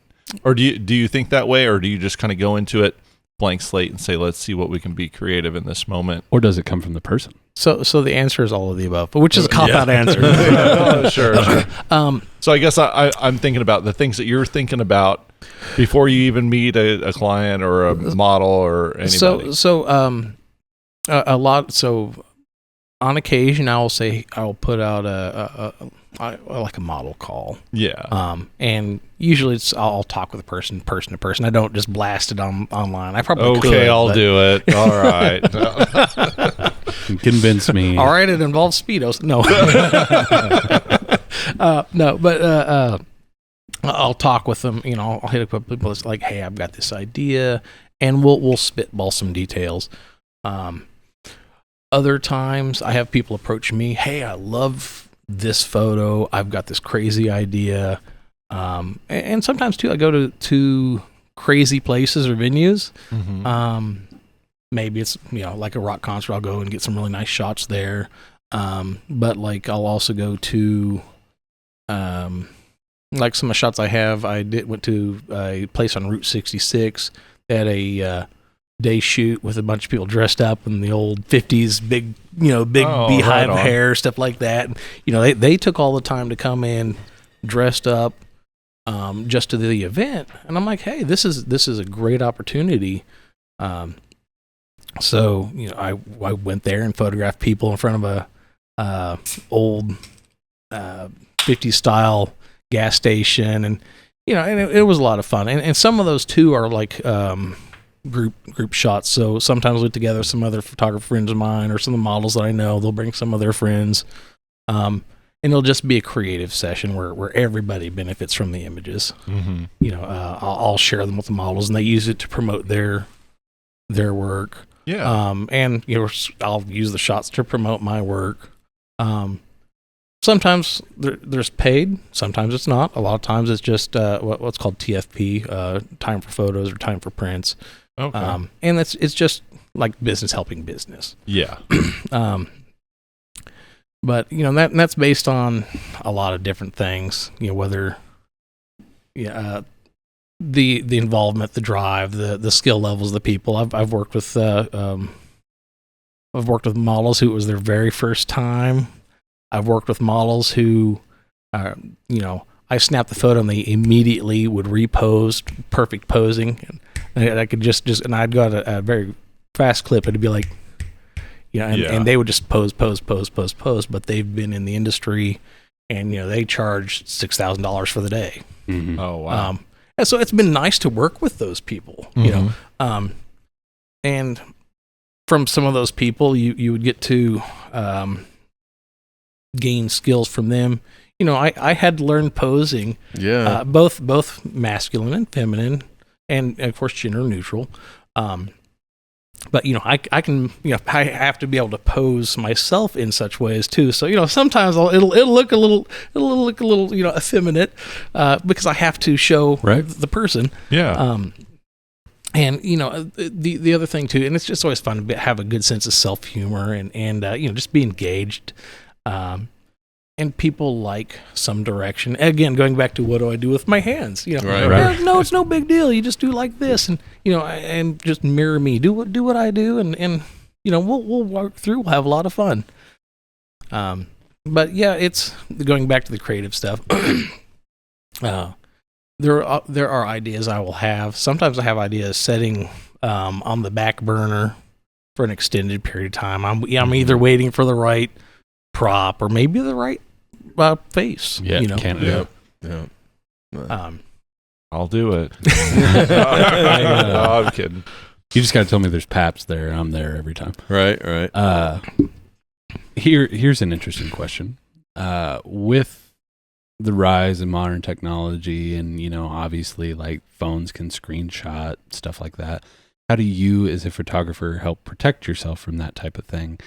And then also to add to that, if somebody, like, band photos are a really good example. So you come out to the show, you take some photos, you post them on your page and say, hey, we went and saw this band. That was a great time. How do you request that is credited back to you? Or is there certain ways, you know what I mean? So I've gone through different phases. Okay. So early on, I did what's called a watermark. It actually watermark all my images. Mm-hmm. And then I got to the point where I no longer watermark my images because, to me personally, the detraction from the watermark, I would rather have the image unadulterated. I would rather show the image in its entirety without even the watermark. Now, granted, it's a good marketing piece to have it there, but I think the visual aspect, the actual the clean view of the image, to me is more important than even having it advertised. And most of the time, Right. if they're happy with the work, they'll happily share, hey, I got it from this guy. Right. If they don't, life goes on. I'm not going to spend my hours trying to hunt down the internet. Right. Now you go crazy at that point. Right. Now there are services out there that you can sign up for that will actually go and search the internet for you. And they'll send you notices like if it's being used commercially. I have used that in the past. And I'm copyright. How copyright works is basically you have to enforce it yourself, Right. And I'm pretty lenient on a lot of stuff. If nobody's getting paid, that's cool. I mean, but if you're like selling selling the work, I did this. I probably need a cut, and we're gonna have to have that conversation. Right. So, like, just a hypothetical, you're at End of Summer Bash, Mm-hmm. and you take photos of edge over edge, and then one of us shares it on Facebook, and that's no problem. Really, Yeah. Okay. I always like to ask because it is different for the artist. Sure. And it's always an important distinction to always ask first instead of just do it. Right. I like being credited. Yeah, we always add the attribute. Absolutely. I like being credited because it draws more people in so that I can do my work. Exactly. But at that kind of stuff too, it's like I'm just happy that people are enjoying the work. Mhm. And I do it for myself, but I also do it for people to enjoy. Right. So again, and it's a pretty simple rule for me. If you're selling it, like if I found somebody selling posters off of someone, like we're gonna have to get some. Right. I have had to do that one time.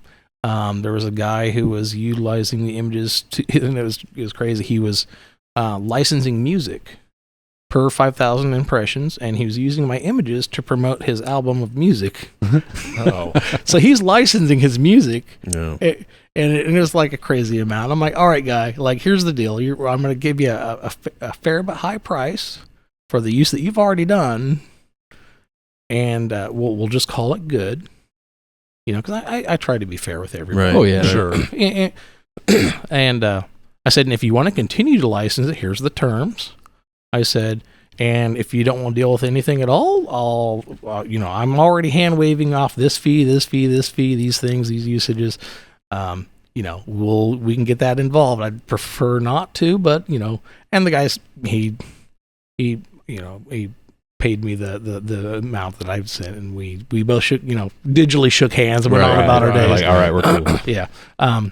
Well, I equate it a lot to the same as whenever venues are like, oh, well, it'd be really good exposure for you. Well, exposure also doesn't pay the gas that came out. It's like, how many exposures are you giving me? People die from exposure. Exactly. Oh, there you go. That's good. Exactly. And to some degree, I get it, but it's also, I've played in those bars where we didn't draw a crowd and all that stuff, but it's still, you took that risk as a business to bring us in, just the same as we took that risk, right, of showing out, making sure it all coordinates. So I mean, there is a place for equal benefit. Absolutely. Yeah, absolutely. So, and it doesn't necessarily have to be monetary. Maybe it's just access. Maybe it's maybe it could be exposure. Right. You know, it just that needs to be a conversation. Yes, you know and what I mean? that's the biggest part. There is not just to take and assume. Exactly. Right. You know what happens when you assume, right? Yeah, right. So, Well, and you know, it's a gray area because, you know, playing devil's advocate, you chose to go out there and you chose to take pictures of me without my consent. If you want to get super technical. Oh, believe me, I take pictures too. Oh, so right. no, No, this is good discussion. This is good to have. So, unless your likeness is being used commercially for product, it would fall under fair use. Right. Yep. Now, and fair use can also cover artistic use. That's probably Mhm. like For if sure. you're in a place where you don't have a reasonable expectation of privacy. That's right? very important there too. Yes, that's a Yep. a very important thing to public places, but places that are private places, private property, or even more private places. We'll just use the example of a bedroom. You know, Mhm. Right. they're you know that's definitely a no go, and you know shouldn't be doing that for public distribution anyway. So. I mean, there's a market for it, but There's a market. You want everybody to be in the know. Let's just put it that way. For sure. You don't have a black couch, do you? No. Got the Polar Express over there. That's a deep cut from an older episode. But, Yeah. but anyway, but that's good conversation. I like to know that. So there's probably people listening that wouldn't know those details. Exactly. Yeah. Well, okay, and so then the flip side of that with venue and playing there and maybe not getting paid, you know, like you say, they're taking a risk on us. We're taking a risk playing there, but I've always felt that, you know, we sell merch, right? Right. If we do our job right, Exactly. we're going to come away with money. Exactly. So, And I don't just want to come out swinging and say it's just like we deserve to be paid at every gig. I have Right, and certainly there's played a way few too shows that I'm just like, Quentin, you don't deserve a dime, buddy. You suck. But you know, and I think whenever you're starting, it's something. It's just I equate it a lot to you're learning a skill. the worst part about musicians, period, is that we want to play. Right. We want to play. We don't care if we play to 0 or to 500 to 500,000. Right. Like we just want to play. Right. Well, you want to take place in the art, share the art. You know? Exactly. Mhm. And so like there is time and place for exposure. You know, if I go to a charity concert or a charity event that's being hosted, yeah, duh, I don't need to be paid for that. Like we're also offering up our time to help promote whatever that event is or whatever. Yeah, it's always rough doing those because I still want to sell merch, and it's not right. And it's just awkward. You know, it's just awkward. Hey, we got it in the back of the van. See us after the show. But Well, it's sometimes it's that tightrope too, because you know you love sharing your work, you love supporting things, Right. and you know your time and talent all have value. right. Mhm. But the other part of it too, the equipment's not free, so you know you have to try to balance that Right. at a point too. And that's just business. Yeah, I mean, yeah. it just comes down to business. So That's anymore. I think the older I get, it's like if I could just like get enough money to pay for my gear acquisition syndrome, like that's awesome. Just win the lotto, retire, and do what you love. He's been trying but to 10 tie, years now at least. Been trying, But to tie it back to like what we highlighted, you know, with the in terms of exposure and all that stuff, like we know that that's not why we do it. So, and you know, we highlighted that, you know, if you're just starting out and you're just in it for the money, you know, you're definitely going into the wrong hobby. Unless For you're sure. just, Arts in general. yeah. yeah, And there's that balance there where the individual has to understand, you know, not everybody right out of the gate is going to love your product. Like, Right. that's Yeah. something that you have to cultivate. That's something you have to grow. Do I wish all the time that artists from all forms of different media and creation got a fair shake? Absolutely. I think that would be a beautiful place. There was one instructor I listened to one time. He's like, honest conversation with everyone here. He's like, not all of your work is worth anything. Exactly. Yeah. And that's the tough part. And he's meaning like commercial. I should add that caveat. Right. It's like it could be valuable that you learn something from it, from the failure of it. Right. Maybe. Well, and it may be valuable to you. Yeah, Yeah. you or maybe your immediate family. It's, Right. well, and it's so oversaturated, and I think you're going to see it even more now with the use of AI. Yes. Like 100 times more, where it's just completely oversaturated, in terms of like, oh, I got my phone camera. I can do what you can do, Josh. Not even close. You know what I mean? Like, and that's always a fun conversation. 'Cause for my instance, you just take it with grace. And you again, have to. Right. And you go back to like, I'm glad that's serving you for your needs. Right. It's like, okay. But on the other hand, if you want something better, come talk to me. And I've had instances where a person would do something themselves, or maybe hire someone that's brand new. Mhm. It could be somebody that's just starting, and I've had an instance where a lady's like, "Hey, my kid, I want newborn photos," and I shot him a price and said, "Well, that's too high," and I said, "Well, I'm sorry, I have to do this amount," because honestly, I was just charging enough to cover the props. I wasn't actually, and I was just being super nice. And she's like, "Well, that's just too much." I'm like, "I'm sorry, I can't cover it outside of that." So she went with somebody else, and then she came back. She's like, "Oh, they were all terrible. They were, black or all white." And she didn't understand the technical terminology, because who would if you're not in that industry? Right. Mm-hmm. And she's like, "Can you fix these?" And I said, "I'm sorry, but these are copyrighted by the other person. I don't have access to just change these willy nilly." Right. And there's some things, once the detail's lost, it's just Gone. It's gone. Right. Nope, for sure. So oh, go ahead. Oh, I was just going to say, has there ever been a time where you've had to? Well, I don't know. I mean, I've seen your work and its quality, but maybe it's just like a photo just wasn't what the person had in mind or something. Or To date, I've had that experience one time. I was doing a poster for a football team, right? And individual posters for everybody on it. And I said, okay, here's the sample. And early on, we're going to go back to watermarking, right? Mhm. So I'm like, okay, I've seen a number of other artists in similar fields and across the United States. Someone would put a little branding mark, like say Olin Mills or whatever, right.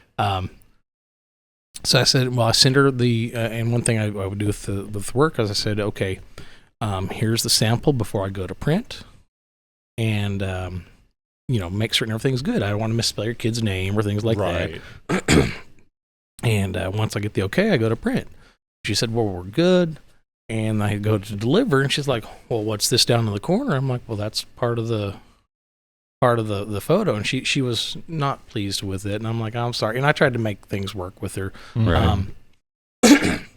But that's the one instance. I mean, everybody, aside from that, I've had very good fortune. And I think a lot of it, too, comes down to conversation. And for me, that was also a learning experience. I said, I'm sorry, I didn't communicate as well, so that you were, you weren't aware. I did ask that to be approved, and this is the final image. Right. And there's So it assumptions. wasn't clear. Yes, there were some assumptions made on her part, but Right. I could have, for my part, I think it's very important in business to be very communicative. For sure. And if there's a failing somewhere, I think you need to, as the individual or as the business, say, hey, how can I make this better so that the experience is better for everyone involved? Right. Golden rule customer service. Right. That's a golden rule in marriage. I just want to say, if you're having a fight with your wife, you're like, she's 100% wrong. It's like, what the heck? It's just, you work really hard. It's like, what's the 1% wrong that I could have been? And then say, hey, I could have done this better. And that's a good way to approach things. No, double down. Always. Like, your fault. I really like that couch. Yeah. Sorry, I just had to I give am that not little married bit of right now, so that's me, 1,000 feet away, being like, just saying from experience. Not yet, not married. But yet. no, that's really interesting. Yeah. No, interestingly too, the other 40 people on the team, no problems. Yeah. Right. So, but it's just one of those things, and also just in any business, you do your best. I worked retail for many years before,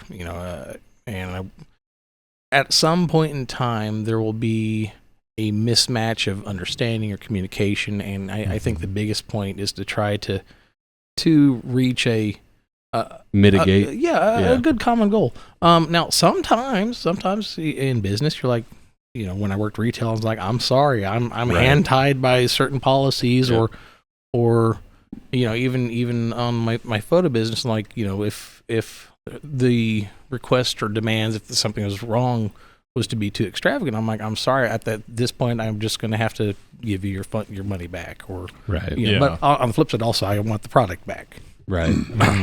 I haven't had to have that particular conversation, but that's In that hypothetical Yes, situation. yes. Yeah. I would say your skill speaks to that then. well, thank you. If you've been that fortunate throughout your career doing that. And But also I your- really do. I think that speaks I would to say your also skill. your people skills, because I can tell you're very easy to talk to. I mean, I think we've had a really good time so far, just chatting away.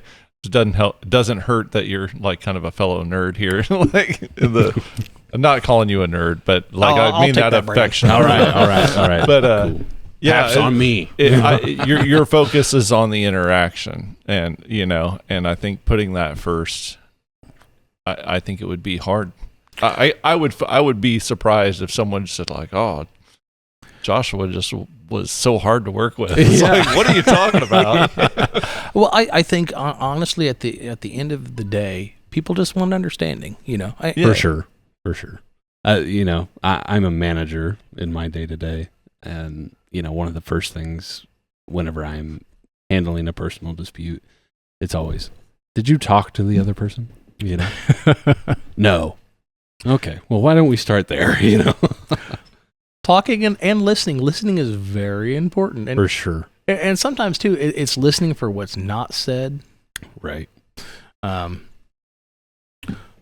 anyways, we're getting awful deep here. Oh yeah, very good.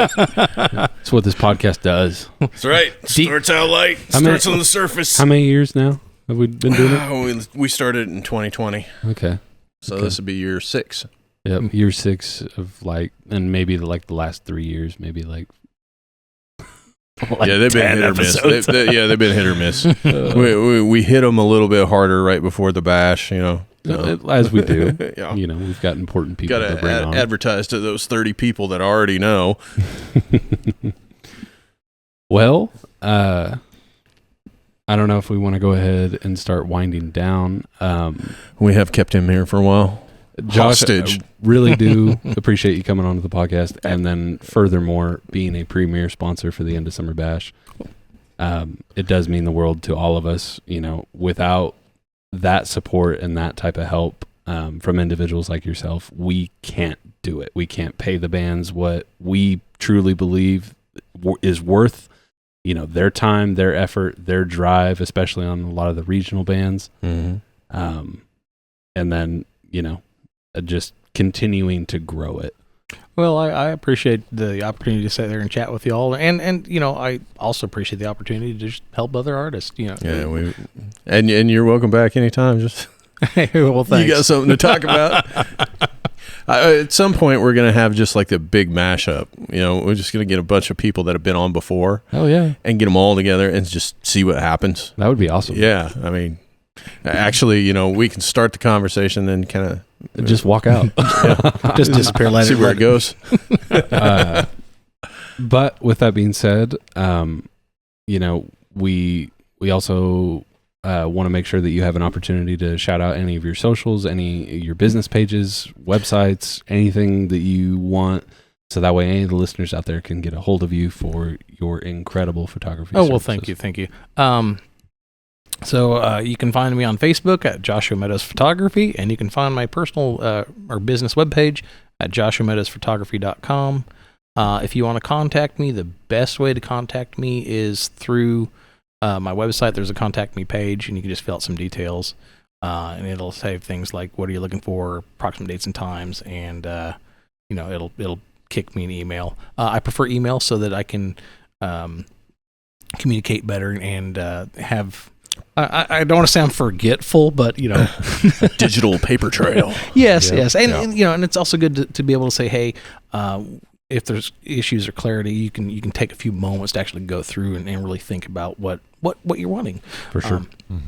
But anyways, website's the best way to contact me. You can contact me through Facebook on Messenger.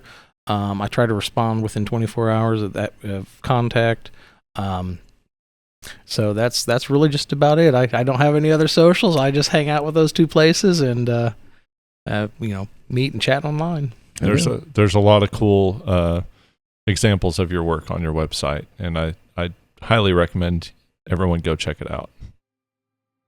Well, hey, y'all, thanks for having me, and I guess we'll wrap everything up then. We'll see you again in September. All right. Now, from one fellow nerd to another, before you go, you want to take the Gallagher machine for a spin? Of course. All right. Thank you guys for tuning in. Thanks.